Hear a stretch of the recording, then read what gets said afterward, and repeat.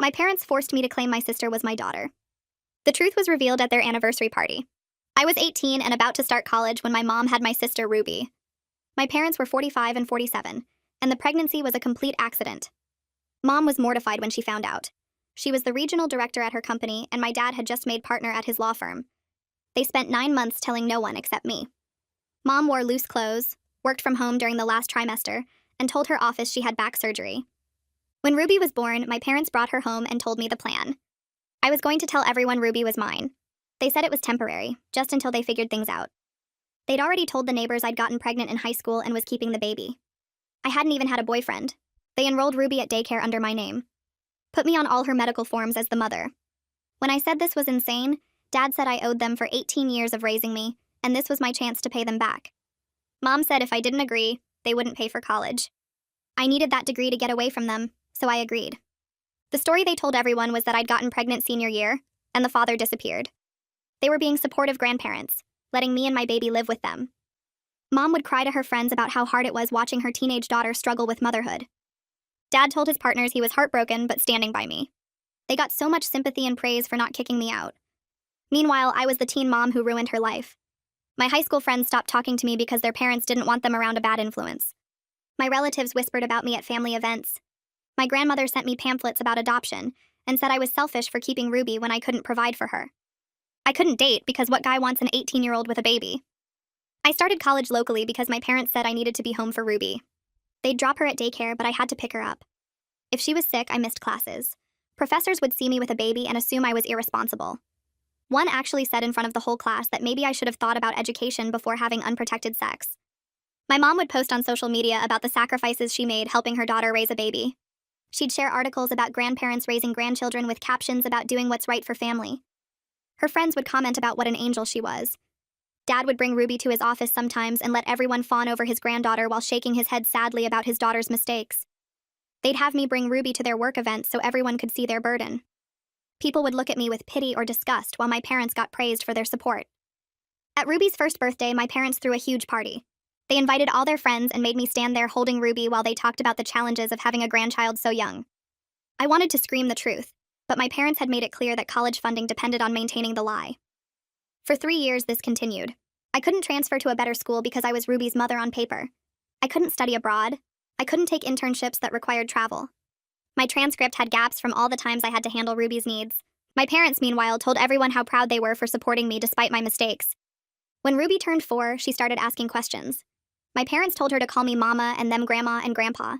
But at home, when no one was around, they'd parent her and treat me like a sister. My parents would get annoyed when Ruby wanted me instead of them, saying I was confusing her by trying to act like her mother. The breaking point came when Ruby started kindergarten. The teacher conference request came to me since I was listed as her mother. When I showed up, my mom was already there. She told the teacher she handled education decisions as the grandmother since I was too young to understand. The teacher looked at me with such pity. She actually offered to connect me with resources for teen mothers trying to finish their education. That night, I told my parents I was done. They said Ruby was starting to understand things and changing the story now would traumatize her. They said I'd already sacrificed 5 years. What was 13 more until she was 18? They promised they'd make it worth my while in their will. That's when I knew exactly when to tell the truth. My parents' 30th anniversary was coming up. They'd rented a ballroom, invited 200 people, planned speeches about their journey as parents and grandparents. They asked me to bring Ruby so everyone could see their beautiful granddaughter they'd helped raise. During the slideshow of their life together, there was a whole section about becoming grandparents and supporting their teen daughter. Photos of them with Ruby while I stood in the background looking ashamed. The crowd was murmuring about how strong they were. When it came time for speeches, I wasn't supposed to speak. But I stood up anyway with Ruby and walked to the microphone. I said I wanted to thank my parents for raising both their daughters with such love. Then I turned to Ruby and said I had something important to tell her. I looked down at Ruby's confused face and took a deep breath. The words came out steady even though my hands were shaking. Ruby, you're not my daughter. You're my little sister. The people you call Grandma and Grandpa are actually your mom and dad. The ballroom went completely silent. I could hear someone's phone buzz across the room. Ruby's face started to crumple like paper being crushed. Her little mouth opened, but no sound came out at first. 200 guests just stared at us. Some had their forks halfway to their mouths. Others had stopped mid-conversation with their wine glasses frozen in the air. My mom's face went white, then red, then white again. She lunged toward the microphone and tried to grab it from me. I stepped back and kept talking. My parents forced me to claim Ruby as mine when I was 18. They threatened to cut off my college funding if I refused. They were ashamed of having a baby at their age, so they made me take the blame for it. Mom's fingers caught the microphone cord, but I pulled it away. Dad was standing now, his chair knocked backward. Mom was making these gasping sounds like she couldn't breathe. I kept going.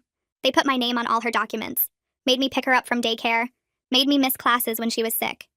They got praised for being supportive grandparents while everyone treated me like I'd ruined my life. Ruby started crying. Her little voice broke my heart into pieces. Why did you lie to me? Why did everyone lie? I knelt down right there on the stage and pulled her close. I never wanted to lie to you. I love you so much, and I'm so sorry. My dad's voice boomed across the ballroom. Stop making a scene. Get down from there right now. Ruby was sobbing into my shoulder. Her whole body was shaking. I could feel her tears soaking through my dress. The guests were pulling out their phones now. I saw at least 20 people recording. Suzanne from Mom's office had gone pale. Her mouth was hanging open. She'd spent years telling my mom how amazing she was for helping me. All those lunch conversations about the challenges of supporting a teen mom. All those sympathetic looks she'd given me at company events. All lies. My mom started shouting, "She's having a breakdown. Please don't listen to her. She's not well. She needs help." But her voice sounded wrong. Too high. Too desperate. Conrad from Dad's law firm stood up. His chair scraped loud against the floor. He looked right at my dad. Is what she's saying true? Did you really do this? My dad's face turned bright red. His mouth opened and closed. This is a family matter. This isn't the appropriate venue for this discussion. We can talk about this privately. Conrad just stared at him. That's not a no. My dad started stammering about privacy and boundaries, about how family issues shouldn't be aired in public. But everyone could see the truth on his face. He wasn't denying it. He was just mad I'd told. The crowd started murmuring. Phones were everywhere now. Someone near the back was live streaming. I could see the little red recording dot on their screen. Elena pushed through the crowd. She had tears running down her face. She came right up to the stage. I'm so sorry. I'm so sorry I abandoned you in high school. I always thought something felt wrong about the whole thing, but my parents made me stay away. Her voice cracked. I should have been a better friend. I should have questioned it. My grandmother was making her way toward the stage, too. She looked like someone had slapped her. She walked right up to my mother. Did you really do this to her? Did you really make your daughter pretend your baby was hers? Mom tried to explain. It was complicated. We were protecting our careers. We couldn't have people knowing we had an unplanned pregnancy at our age. But grandmother cut her off. You're a coward. You made a child carry your shame. Ruby was clinging to me so tight I could barely breathe. Her face was buried in my neck. She kept asking the same questions over and over. Are you really my sister? Why did everyone lie? Who's my real mom? I held her and rocked her. I'll explain everything in a way you can understand, I promise. But right now we need to leave this party. I picked her up. She wrapped her legs around my waist like she used to when she was smaller. I started walking toward the exit. My parents came after us immediately. Dad was yelling about legal action, about how I'd stolen his daughter, about how I'd pay for this. Mom was crying and saying I'd ruined everything. 30 years of marriage destroyed, her reputation gone. How could I do this to them? Half the guests followed us with their phones out. The other half just sat there looking stunned. I could hear whispered conversations starting behind us. Did you know about this? I always thought something was off. Poor girl. Those horrible parents. Elena caught up with me at the door. Her hand touched my arm. Let me drive you. You're shaking too hard to drive safely. Her parents were right behind her. Delilah grabbed Elena's other arm. You're not getting involved in this mess. This isn't our problem. But Elena pulled away. I'm 23 years old and I'm making my own choices now. She looked at me. Where's your car? I pointed to the parking lot. She took Ruby from my arms for a second while I fumbled for my keys. My hands were shaking so bad I dropped them twice. Elena picked them up and put them in her pocket. I'm driving. She helped me get Ruby into her car seat. Ruby was still crying but quieter now. More like hiccups than sobs. My parents were in the parking lot now. Other guests were streaming out behind them. Phones were still recording everything. Elena got in the driver's seat and locked the doors. She started the engine. My dad banged on the window. You can't take her. I'll call the police. Elena just drove away. I stared out the car window as streetlights blurred past.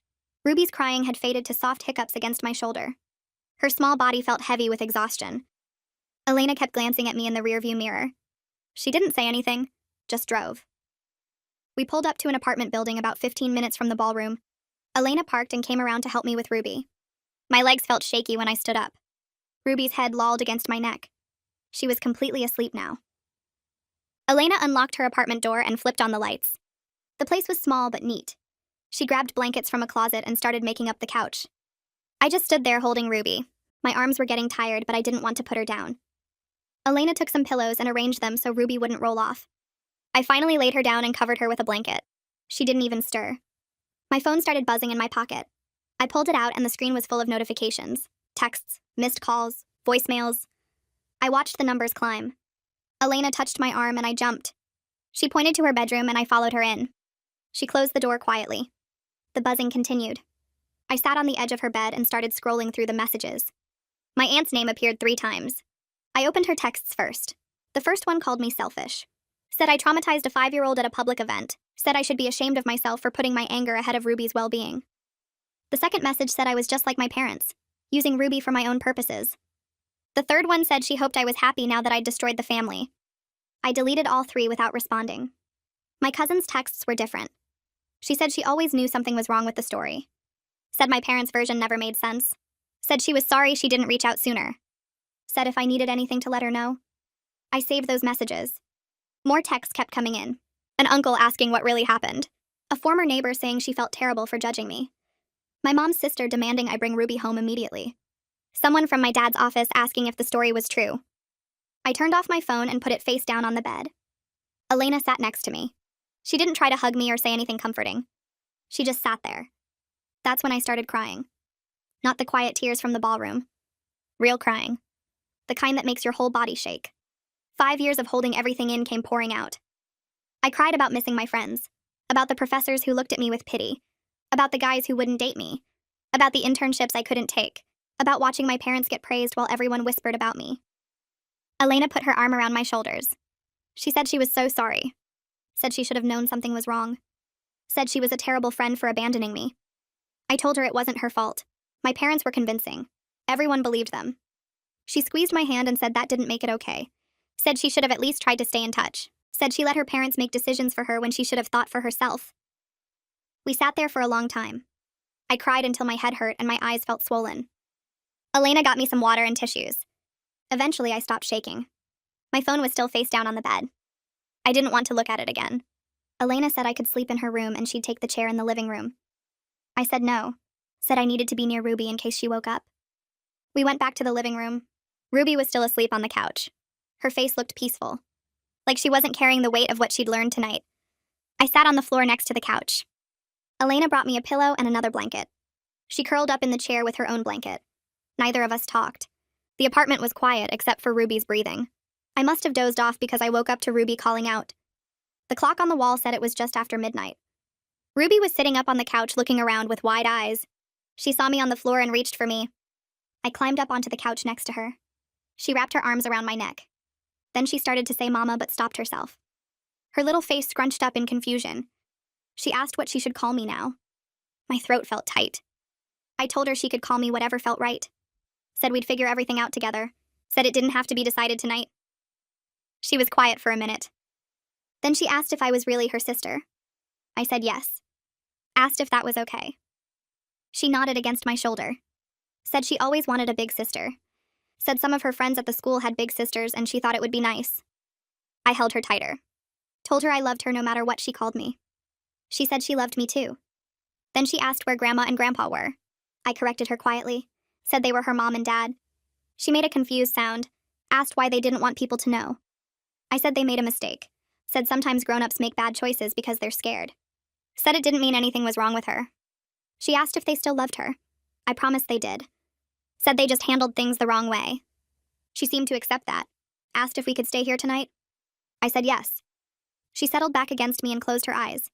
Within minutes, she was asleep again. I stayed awake. Couldn't stop thinking about what came next. Morning arrived too fast. Sunlight came through the windows. Ruby woke up and asked for breakfast. Elena made toast and found some juice in her fridge. Ruby ate quietly. Kept looking at me like she was checking to make sure I was still there. Someone knocked on the apartment door. Hard. Loud. My dad's voice came through demanding I open up. Said I needed to return Ruby right now. My mom was with him. I could hear her voice too. Higher pitched. Almost hysterical. Elena looked at me. I shook my head. Walked to the door but didn't open it. Told them through the wood that Ruby needed time. needed space to process everything. Dad's voice got louder, said I had no right to keep his daughter from him. Mom said I was being cruel, said Ruby needed her parents. I stayed calm, said Ruby needed time away from the people who lied to her for 5 years, said she'd see them when she was ready. Dad started yelling about calling the police, said Ruby was legally their daughter, said I was kidnapping her, said I'd go to jail for this. I pulled out my phone and started recording, held it up to the door, asked him to repeat that, asked him to say again that Ruby was his daughter, not his granddaughter, his daughter. There was silence on the other side. Then I heard my mom's voice, quieter now, telling him to stop, saying this wasn't helping. Dad tried the door handle. It was locked. He pounded on the door again. Elena came up behind me. She said loudly enough for them to hear that if they didn't leave, she was calling the police herself. Said they were disturbing her neighbors. Said harassment was illegal. The pounding stopped. I heard footsteps walking away. Elena looked through the peephole and nodded. They were gone. I stopped the recording and saved it. Ruby was standing in the middle of the living room. She'd heard everything. Her eyes were big and scared. I went to her and knelt down, told her everything was going to be okay. About an hour later, there was another knock. Softer this time. A woman's voice asked if Elena was home. Elena looked surprised. She opened the door. It was her mom.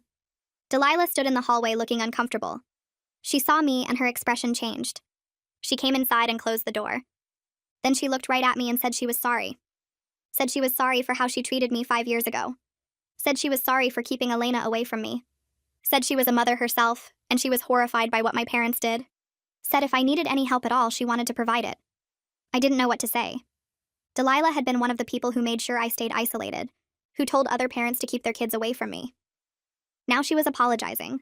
She said she knew someone who could help, a therapist who worked with kids dealing with family problems. Said she'd make the call if I wanted. I looked at Ruby. She needed professional help processing this. I nodded. Delilah pulled out her phone right there and made the appointment. Got us in for that afternoon. She wrote down the address and handed it to me. Then she hugged me. It felt strange. I took Ruby to the therapist's office later that day. The waiting room had toys and kids' books. The therapist came out to meet us. She was younger than I expected. She smiled at Ruby and asked if she wanted to come talk for a bit. Ruby looked at me. I told her it was okay, that this nice lady just wanted to help her feel better about everything that happened. Ruby went with her. I sat in the waiting room and waited. Checked my phone. My parents had called 6 more times. I ignored all of them.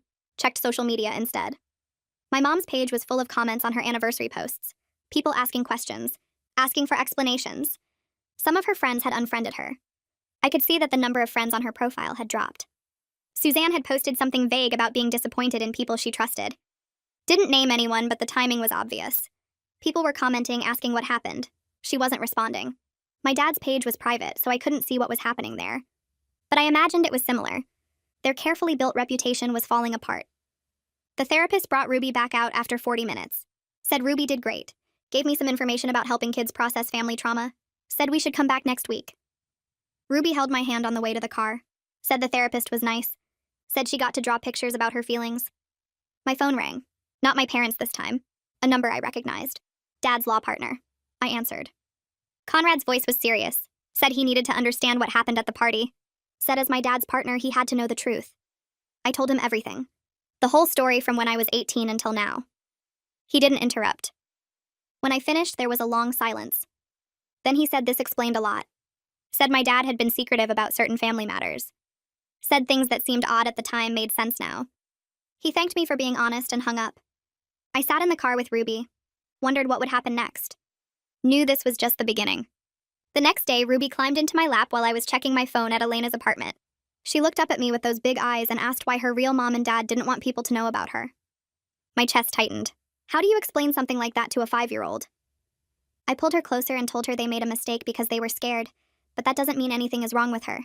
She's perfect and wonderful, and the problem was never about her. She nodded, but I could see she didn't fully understand. She asked if they were scared of her. I said no. They were scared of what other people would think, which was a grown-up problem that had nothing to do with how special she is. She seemed to accept that for now. I kissed the top of her head and hoped the therapist could help her process this better than I could. My phone buzzed with an email notification. The sender name made me freeze. Professor Archer. My stomach dropped remembering her comment in class about unprotected sex. I opened it expecting more judgment. Instead, she apologized. She'd seen posts about the party online and realized the truth. She said she was sorry for her comment and asked if there was anything she could do to help me get back on track with school. I read it 3 times. She included her office hours and said she'd write recommendation letters or help me transfer if I wanted. I sat there staring at the screen. One apology couldn't erase 5 years of people assuming the worst about me. But it was something. I wrote back thanking her and said I'd think about it. 2 days later, a thick envelope arrived at Elena's apartment. The return address was a law firm I didn't recognize. My hands shook as I opened it. The letter inside demanded Ruby's return immediately. It said I was emotionally unstable and unfit to care for her. It used my public revelation at the party as evidence that I was having a breakdown. The letter threatened custody action if I didn't comply within 48 hours. I read it twice and felt sick. My parents had hired a lawyer. They were actually going to fight me for Ruby. Elena read it over my shoulder and said we needed to get our own lawyer right away. I'd been saving money from my part-time job at the campus bookstore for 2 years. It wasn't much, but it was enough to pay for a consultation. I found a family lawyer who could see me that afternoon. Her office was small but neat. She listened to everything and took notes. Then she reviewed the letter from my parents' lawyer. She said their case was complicated by the fact that they'd spent 5 years establishing me as Ruby's mother on legal documents. They couldn't just claim I was unfit when they'd put my name on everything. She asked if I had copies of Ruby's paperwork. I said I could get them. The lawyer leaned back in her chair and explained something I hadn't considered. My parents committed fraud by putting my name on Ruby's birth certificate and medical forms. This could actually work in my favor if they tried to pursue custody. They created the legal confusion themselves. She said we had options, but I needed to decide what I actually wanted. Did I want custody of Ruby, or did I want her with my parents but with my role as sister recognized? I told her I wanted what was best for Ruby. She said that was good, but I needed to think about it more specifically. We scheduled another meeting for the following week. Ruby's kindergarten teacher called the next morning. She said she needed to meet with me to discuss the family situation. Ruby had been telling other kids that she found out her mom is actually her sister, and she doesn't know who her real family is. The other kids were confused, and some parents had questions. The teacher's voice was kind but concerned. She said Ruby seemed upset and the school counselor wanted to get involved. I agreed to come in that afternoon. I sat across from the teacher in her classroom after school ended. I explained the whole situation honestly. She listened without interrupting. When I finished, she said she was sympathetic and would work with the school counselor to support Ruby. But she needed clarity on who had legal authority to make decisions about Ruby's education. Right now, all the forms listed me as mother. If that was changing, she needed updated paperwork. I told her I was working with a lawyer to sort everything out. She said to let her know as soon as possible because Ruby needed consistency. My phone started blowing up with notifications that evening. My parents were posting on social media. Mom's post talked about how hard it is to watch someone you care about have a mental health crisis. She didn't name me, but everyone knew who she meant. Dad shared an article about family conflict and the importance of professional help. Then I saw that Kendall Morris had posted something about watching someone spiral and refuse help. The comments were full of people expressing concern and support for my parents. Nobody knew the real story. They were spinning a new narrative where I was the unstable one. Elena came into the living room and showed me her phone. She'd been screenshotting my parents' old social media posts. All the ones where they took credit for raising their granddaughter. All the posts accepting praise for supporting their teen daughter. She'd saved dozens of them. The posts clearly showed them claiming to be devoted grandparents. She sent them all to my email and said this was evidence. They couldn't pretend now that they'd always said Ruby was their daughter. The internet doesn't forget. A knock on the apartment door made us both jump. Elena looked through the peephole and then opened it. My grandmother stood there holding a casserole dish. She came inside and gave me a long hug. Then she knelt down in front of Ruby and said she's her grandma no matter what. That families can be complicated, but love doesn't change. Ruby hugged her tight. Grandmother stood up and told me she'd been thinking about everything since the party. She said she was angry at my parents for what they did to both of us. She asked what she could do to help. I told grandmother she could help by being there for Ruby and making sure my parents kept their promises. Ruby climbed into grandmother's lap and asked why she sent those papers about giving babies away. Grandmother's eyes filled with tears and she held Ruby close. She said she was so sorry, that she believed the lies just like everyone else did. She thought she was helping by suggesting adoption because she didn't know I was actually Ruby's sister. Grandmother looked at me and said she was angry at my parents for making her treat me that way, for making her think terrible things about me when I was just a kid trying to survive their scheme. Ruby asked if grandmother was mad at her and grandmother said no, never, that none of this was Ruby's fault. She promised Ruby that she was her grandma no matter what, and that wouldn't change. After grandmother left, I started making a list of everything I needed. Daycare records, medical files, school enrollment forms, every piece of paper that had my name listed as Ruby's mother. My lawyer said documentation was critical, so I needed to gather it all. I called Ruby's pediatrician office the next morning and requested copies of all her medical records. The receptionist asked why I needed them, and I said I was updating my files. She said they'd be ready in a few days. I called the daycare next and asked for copies of the original enrollment paperwork from 5 years ago. The director sounded confused but said she'd look in their archives. Ruby's kindergarten was easier since everything was recent. I filled out a records request form and they said I'd have copies within a week. Each phone call felt like gathering evidence for a trial, which I guess it was. 2 days later, my phone rang from a number I didn't recognize. A man's voice said he was Holden Thorne, Elena's father. He said he worked in the hospital administration, and he'd been thinking about what my parents did with Ruby's medical records. He said falsifying medical documents was serious, that it could constitute fraud. He offered to help me get documentation, and said he'd be willing to provide a professional statement about the implications of what my parents did. I thanked him and gave him my lawyer's contact information. Having someone with medical administration experience on my side felt huge. That same afternoon, a certified letter arrived at Elena's apartment addressed to me. It was from my parents' lawyer. I opened it with shaking hands. The letter offered a settlement where my parents would pay for me to finish college at any school I wanted, plus living expenses, in exchange for Ruby and my silence. The letter used careful language about moving forward as a family, and suggested we could all put this unfortunate situation behind us if I stopped making accusations and returned to the original arrangement. They were literally trying to buy Ruby and my compliance. I felt sick reading it. They still thought they could control me with money. I called my lawyer immediately and read her the letter. She was quiet for a moment, then said accepting their offer would mean giving up any claim to Ruby and potentially letting them continue controlling my life. She explained that settlements like this often included non-disclosure agreements that would prevent me from ever talking about what happened. She said we had a strong case if we wanted to fight, but it would be difficult and expensive. Family court cases could drag on for months. My parents had money for good lawyers. She asked what I wanted to do. I told her I wanted to fight. Ruby deserved better than parents who would trade her for silence. The next few days were hard. Ruby was adjusting to kindergarten and processing everything she'd learned, and it was too much for a 5-year-old. She had a really bad day where she came home from the school and just lost it at Elena's apartment. She started throwing her toys across the room and screaming that everyone lied to her. She said she didn't know who her real family was and she hated everyone. I tried to calm her down, but she pushed me away. Finally, I just sat on the floor near her and let her throw things and scream. When she wore herself out, I held her while she cried. I told her it was okay to be angry, that what happened to both of us wasn't fair. I said she could be mad at me and my parents and everyone because we all messed up. She cried until she fell asleep in my arms. Elena helped me clean up the thrown toys and neither of us said anything. The child psychologist called me that evening for an update. I told her about Ruby's meltdown, and she said that kind of reaction was normal and actually healthy. Ruby needed to express her anger. The psychologist said Ruby needed stability and consistency right now more than anything. She said whoever ended up as Ruby's primary guardian, the transition needed to be handled carefully to avoid more trauma. She emphasized that Ruby shouldn't be bounced between homes or used as a bargaining chip. I promised her that wouldn't happen. That night, I couldn't sleep. I lay on Elena's couch staring at the ceiling thinking about the anniversary party. Maybe I should have found a gentler way to tell Ruby the truth. Maybe I could have sat her down privately instead of revealing everything in front of 200 people. Ruby's pain was the hardest consequence to bear. I knew the lie couldn't continue forever, but watching her suffer because of how I chose to end it was crushing. Around 3 a.m, I got up and went to the bathroom. I sat on the floor and just cried as quietly as I could. I didn't want to wake Ruby or Elena. But Elena must have heard something because she came in and sat down next to me. She didn't ask what was wrong, just sat with me while I cried. Finally, she said I was also a victim in this situation. She reminded me that I was barely an adult when my parents trapped me in their scheme.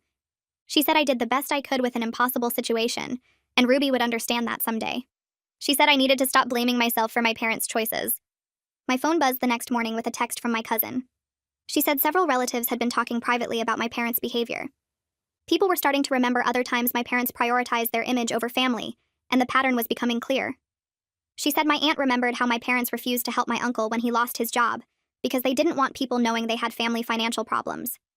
My cousin said relatives were realizing the anniversary party revelation wasn't an isolated incident, but part of a bigger pattern of my parents caring more about appearances than actual family. I checked my phone the next morning and found a voicemail from my dad's office. It was from the receptionist saying Dad needed to call back right away about an urgent matter. I texted him asking what was going on, but he didn't respond.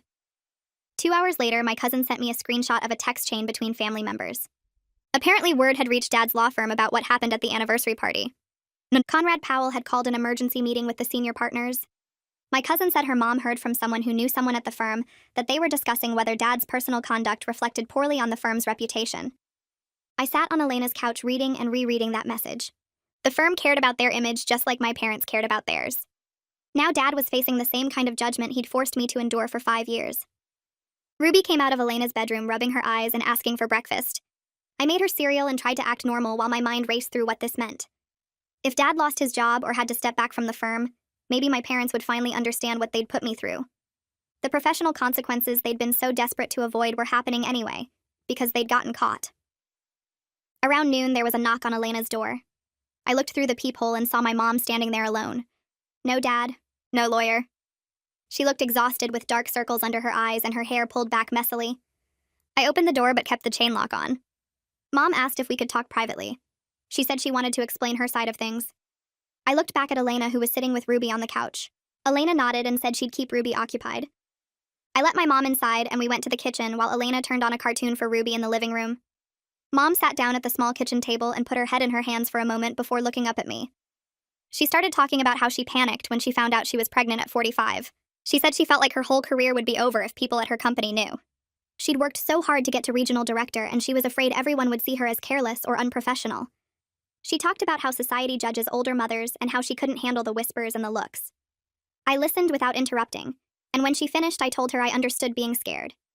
Anyone would be scared in that situation. But she made me carry the burden of her fear for 5 entire years. She stole my early 20s, my education, my friendships, and my reputation to protect herself. That wasn't something I could just forgive because she finally admitted she was scared. I told her she had options. She could have been honest. She could have handled the judgment herself instead of forcing it onto me. She chose the easy path for herself and made my life hell. Mom's face crumpled and she admitted that she knew what they did was wrong. But she said she was terrified of losing Ruby completely now. She kept saying Ruby was her daughter, and she loved her even if she went about everything in the worst possible way. Her voice broke when she talked about Ruby. I could see she genuinely cared about Ruby, even though she'd made terrible choices. I told Mom that I loved Ruby too. That was exactly why I couldn't let her grow up believing lies anymore. Ruby deserved to know who her real parents were, and to have an honest family even if that family was messy and imperfect. I said Ruby was already confused and hurt, and continuing the lie would only make it worse. Mom wiped her eyes and said she understood, but she didn't know how to fix any of this. She asked what I wanted to happen. I told her I wanted Ruby to know the truth and I wanted my life back. I wanted to finish school properly and have people know I wasn't actually a teen mom who ruined everything. I wanted Ruby to have a relationship with both of us, but one based on honesty. Mom nodded slowly and said she'd talk to Dad about how to move forward.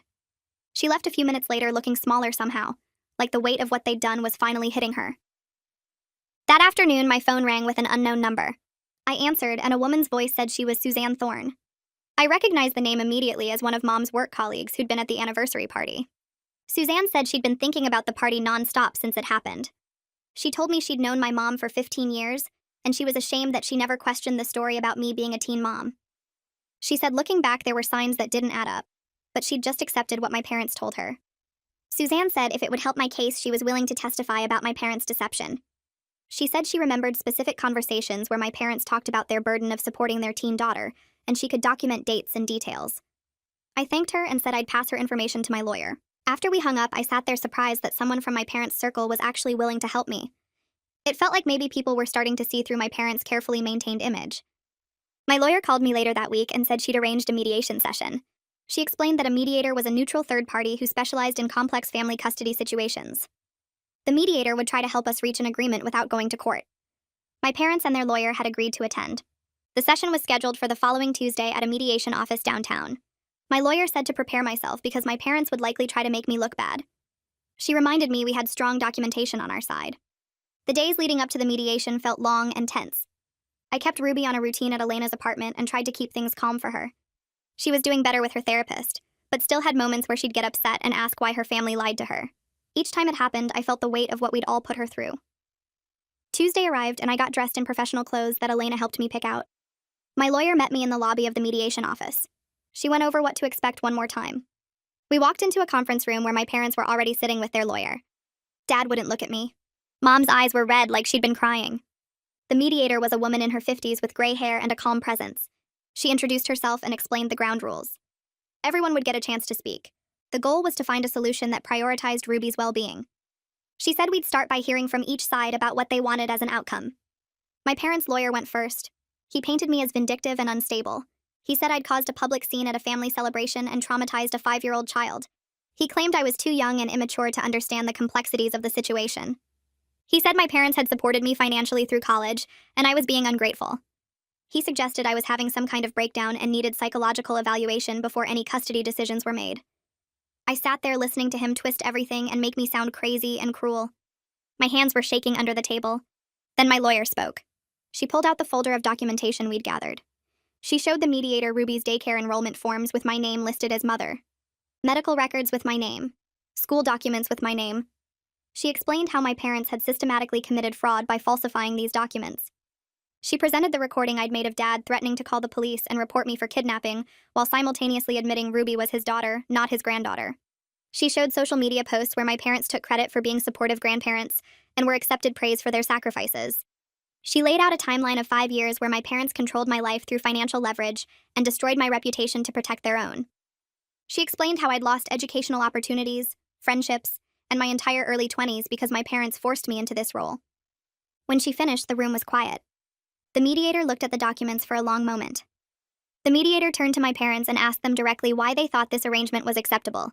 Dad started talking about how they were just trying to support me through college and help me have opportunities. The mediator cut him off. She said putting your child's name on legal documents for a baby that isn't theirs isn't support. She said threatening to withhold college funding unless someone lies for you isn't support. She used the word coercion. Dad's face turned red and he started to argue, but the mediator held up her hand. She said we weren't here to debate whether what happened was wrong because the documentation made that clear. We were here to figure out what happened next for Ruby's sake. She asked my parents what they wanted. Mom spoke up for the first time and her voice was shaky. She said Ruby was her daughter and she loved her and she was terrified of losing her completely.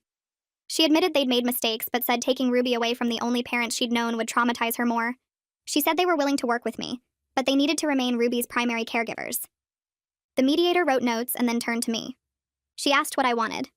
I said I wanted Ruby to know the truth and to have an honest relationship with everyone. I said I wanted to finish my education properly without the burden of being listed as Ruby's mother. I said I wanted regular time with Ruby because I loved her and she was my sister. I said my parents needed to publicly acknowledge what they'd done, so my reputation could be repaired. The mediator nodded and said she'd prepare some options for us to consider. I watched Mom's face crumple as the mediator waited for her response. Her hands twisted in her lap and she looked smaller than I'd ever seen her. She took a shaky breath and started talking about how scared she was when she found out she was pregnant at 45. She said all her colleagues were younger women climbing the corporate ladder, and she felt like being pregnant at her age made her look careless and unprofessional. She talked about how she'd worked so hard to build her reputation as someone who had it all together, someone who made smart decisions, and an unplanned pregnancy didn't fit that image. Then her voice broke and she admitted she couldn't face the judgment, so she made me take it instead. She said she knew it was wrong, but she was too ashamed to be honest, and by the time she realized how badly she'd hurt me, she was in too deep to fix it. The mediator wrote notes without looking up, and I sat there feeling strange because this was the first time Mom had actually explained herself instead of making excuses. It didn't make what she did okay, but at least it was honest.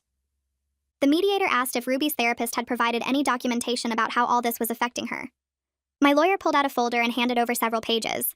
The mediator read through them carefully while we all sat in uncomfortable silence. She explained that the therapist had outlined Ruby's current state pretty clearly. Ruby was confused about who her real family was and felt betrayed by everyone she trusted. She was having nightmares and acting out at the school because she didn't know how to process what she'd learned. The therapist said Ruby needed honest relationships with both me and our parents moving forward, but she'd been seriously harmed by years of deception. She recommended family therapy for all of us and said Ruby needed stability while she worked through her feelings. The mediator looked at my parents and said this wasn't just about what they wanted anymore. Ruby's well-being had to come first, and that meant acknowledging the damage that had been done. The mediator spent the next 20 minutes laying out a proposal. She said my parents would keep legal custody of Ruby since they'd been her primary caregivers for 5 years, and removing her completely would cause more trauma. But all documents would be corrected to show I was Ruby's sister, not her mother. I'd have guaranteed visitation rights that my parents couldn't take away, with a schedule we'd all agree to. She said this plan recognized reality while giving Ruby the stability she needed during her adjustment period. My parents would pay for family therapy and for correcting all the legal documents they'd falsified. They'd also fund my education at a better school since they'd used college money to control me. The mediator made it clear this wasn't a suggestion. She said if we couldn't agree to something like this, we'd end up in court, and a judge would likely be much harder on my parents given the evidence of fraud and coercion. Over the next few weeks, word spread through my parents' social and professional circles about what really happened. I started hearing about it from relatives who got phone calls from mutual friends asking questions. My aunt told me that people were talking at her book club after someone mentioned seeing posts about the anniversary party drama. Dad's law firm became a source of gossip when clients started asking partners about the situation. I heard through Elena that her dad Holden had been at a business lunch where someone brought up the story about a lawyer who forced his daughter to pretend his child was hers. Mom's office was apparently buzzing with conversations about whether anyone had suspected the truth. Suzanne stopped liking Mom's social media posts, and I noticed other colleagues did the same. The carefully constructed image my parents had built for 5 years was falling apart as people realized they'd been manipulated into praising parents who were actually abusing their daughter. Dad came home one afternoon looking like he'd aged 10 years. He went straight to his study, and I heard him on the phone with someone, his voice tight and angry. Later that evening, he told Mom that Conrad had called him into a meeting with the management committee. They'd asked him to consider early retirement. Conrad had been careful with his words, saying they couldn't force him out, but they were making it very clear that his partnership wasn't valued anymore. The firm was worried about the ethical questions surrounding his personal conduct. Dad kept saying it wasn't fair, that his personal life shouldn't affect his professional standing, but Mom just stared at him.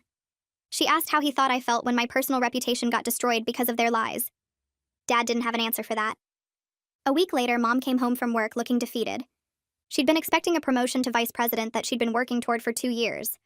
Her boss had taken her to lunch and explained that the position was going to someone else. He didn't say it was because of the situation with Ruby, but Mom knew. She told me about it that night when I came to pick up some of my things from the house. She said this was exactly what she'd been afraid of, that having Ruby had ruined her career anyway. I looked at her and felt nothing but exhaustion. She'd sacrificed my reputation and 5 years of my life to protect her career, and now she was losing it regardless. The difference was that she'd made her own choices and was facing consequences she deserved, while I'd had no choice at all. I refused to let myself feel guilty about what my parents were going through. They'd had 5 years to come clean and chose not to. They'd had countless opportunities to tell the truth before it got this bad, but they only cared about the consequences now because they got caught publicly, instead of being able to control how the story came out. If I hadn't spoken up at that anniversary party, they would have kept the lie going for another 13 years like they'd planned. They weren't sorry about what they did to me. They were sorry they couldn't manage the fallout the way they wanted to. Every time Mom tried to talk about how hard things were for them at work, I reminded her that she'd made me miss classes, lose friendships, and get judged by strangers for years. Every time Dad complained about Conrad and the firm, I pointed out that he'd threatened to call the police on me for kidnapping when Ruby was his own daughter. They wanted sympathy, but they'd used up any I might have had.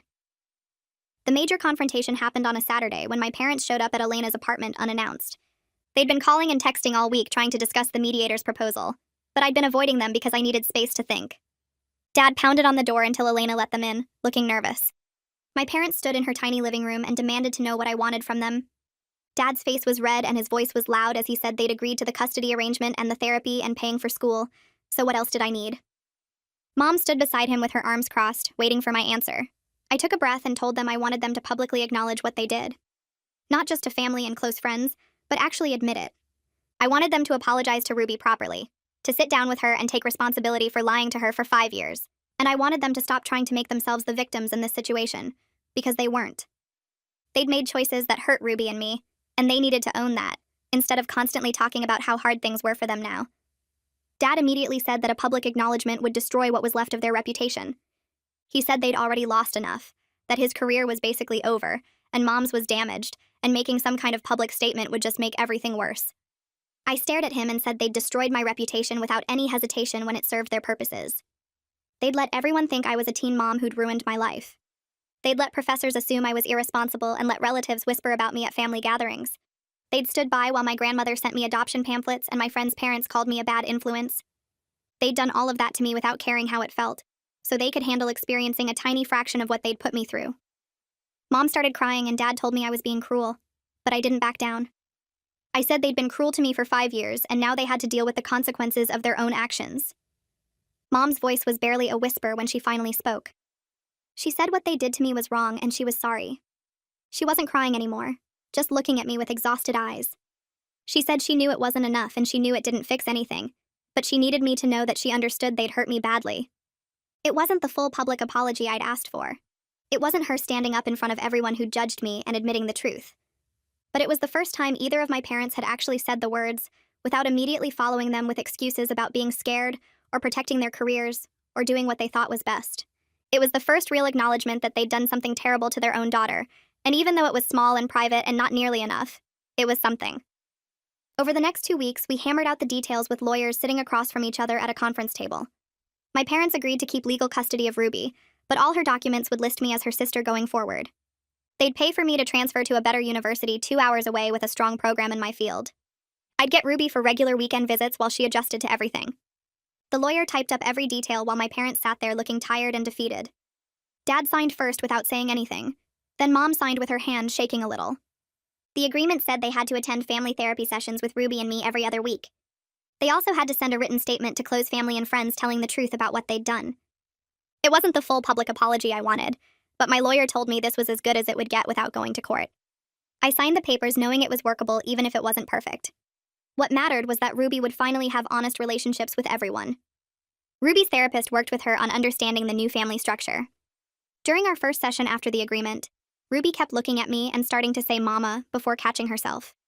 She'd get frustrated and her face would scrunch up like she might cry. The therapist gave her permission to take her time learning the new words. Ruby started calling me by my actual name during our second week of therapy, though she slipped up at least once every visit. Her therapist said she was doing really well considering how much had changed so fast. One afternoon, Ruby told the therapist she felt better not having to remember which story to tell which people anymore. She said keeping track of the lies made her head hurt, and now she could just tell the truth. I watched her sitting in the chair swinging her legs, and felt relieved that she seemed lighter somehow. I applied to 3 universities with strong programs, and got accepted to my top choice. My parents transferred the tuition payment in early August, just like they'd promised. I packed up my stuff from their house while Ruby watched from my bedroom doorway asking when she'd see me again. I told her every weekend we'd have sister time together. For the first time in 5 years, I drove to campus without having to arrange daycare pickup or worry about missing classes for Ruby's doctor appointments. My schedule was completely mine. I registered for a full course load, including 2 classes I'd wanted to take for years but couldn't, because of timing conflicts with Ruby's needs. Walking into my first lecture hall felt different, knowing I was there just as a student, not as the girl everyone assumed was an irresponsible teen mom. Nobody looked at me with pity or judgment. I was just another person trying to get a degree. Elena and I stayed in touch through daily texts and video calls. She drove up to visit me at my new campus one Saturday, and we got coffee at the student center. She told me she was proud of me for standing up to my parents and fighting for both Ruby and myself. She said watching everything happen made her realize she'd been avoiding hard conversations in her own life because it was easier to keep the peace. She'd started being more honest with her own parents about things she disagreed with, instead of just going along to avoid conflict. We sat there for 3 hours catching up on everything, and it felt good to have a friendship based on truth instead of the fake story my parents had created. She promised to keep visiting regularly, and told me I could call her anytime I needed to talk through the complicated feelings about my family. Ruby and I figured out our new relationship as sisters over video calls 3 times a week, and weekend visits twice a month. At first, she seemed confused about how to act around me, like she wasn't sure if the rules had changed about everything. I told her we were still the same people who loved each other. We just had honest words for our relationship now. During one of our calls, she asked if she could tell me about a boy in her class who was mean to her at recess. I listened and gave her advice just like I always had. She seemed relieved that I still cared about the small details of her life. After a few months, she told me she was glad she knew the truth now, even though learning it had been really hard and scary. She said she liked having a big sister and knowing her real mom and dad, instead of thinking everyone was lying to her all the time. My grandmother became the person who made sure my parents followed through on everything they'd promised. She called them every week to check that they were attending therapy sessions and treating both Ruby and me right. She told them straight out that she was watching to make sure they didn't try to manipulate either of us anymore. She started coming to some of Ruby's therapy sessions as support, and the therapist said having her there helped Ruby feel like she had people on her side. Grandmother told my parents during one family session that they needed to do better and stop making excuses for what they'd done. She said she'd believed their lies for 5 years, and she was angry at herself for not questioning things sooner, but she was angrier at them for putting everyone in that position. My parents sat there and took it because they knew grandmother meant every word. I met someone in my biology class during my second month at the new university. We got paired together for a lab project and ended up talking after class about things beyond just the assignment. He asked me to get dinner one night, and I said yes. When he asked about my family, I told him the truth from the beginning about my parents and Ruby and everything that had happened. He listened without judging and said that sounded really complicated, but he was glad I'd stood up for myself and my sister. It felt amazing to not have to maintain a fake story about being a teen mom or worry about him finding out the truth later. We started dating officially after a few weeks, and for the first time I was in a relationship where I could just be myself without hiding huge parts of my life. Professor Archer reached out when she heard through the college network that I'd transferred to a better program. She asked how she could help me make up for the opportunities I'd missed while everyone thought I was a teen mom. I told her about my interests, and she helped me apply for 3 different scholarships aimed at students who'd overcome major obstacles. She wrote recommendation letters talking about my determination and strength through difficult circumstances. 2 of the scholarships came through, which helped with expenses my parents weren't covering. She also connected me with a competitive summer research program that I'd never thought I could qualify for. When I got the acceptance letter, I called her to say thank you, and she told me she was just helping me access what I'd earned through my own hard work. 6 months after the anniversary party, my parents hosted a small dinner for relatives who hadn't been at the party and didn't know the truth yet.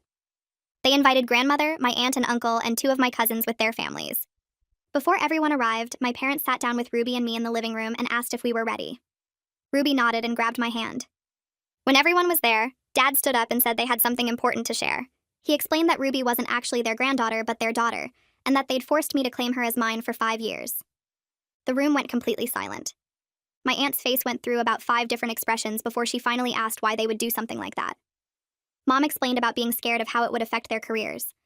My uncle looked at me and apologized for all the times he'd made comments about me being a young mother. Ruby sat next to me through the whole thing, holding my hand tight.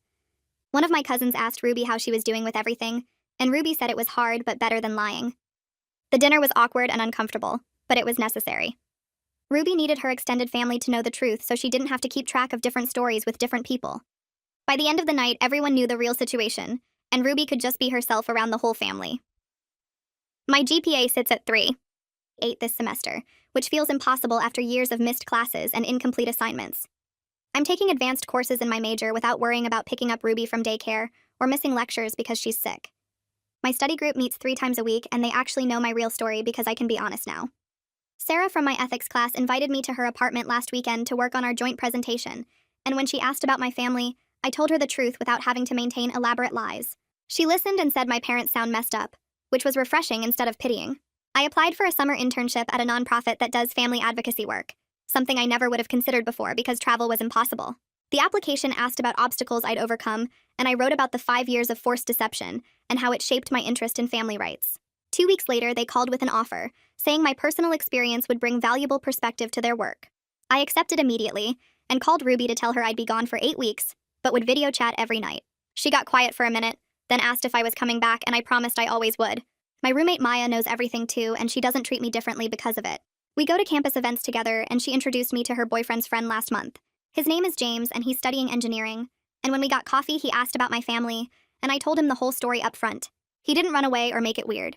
He just said that took guts to expose and asked if I wanted to see a movie sometime. Ruby comes to visit every other weekend now, taking the campus shuttle with Mom, who drops her off and picks her up without coming inside. Last Saturday, Ruby and I walked around campus and got ice cream from the student union. She held my hand and asked questions about my classes and my friends. We sat on a bench near the library, and she swung her legs and said she liked visiting me here. Then she looked up at me with her serious face and told me she was happy she has a big sister now. She said everything was confusing and scary when she found out the truth, but she likes that our family doesn't have secrets anymore. She said it's better knowing the real story, even though it hurt at first. I felt something shift in my chest hearing her say that, realizing we both got something important from the mess of that anniversary party. The truth was hard and ugly, and it damaged relationships that might never fully heal. But it gave us both the chance to have real, honest relationships instead of ones built on lies. Ruby knows who her parents actually are now, and I'm not carrying around a fake identity that poisoned everything I tried to do. That's worth the destroyed reputations and the family tension and all the awkward conversations we'll keep having for years. Ruby and I can build something genuine now, and that matters more than protecting anyone's image or avoiding difficult truths.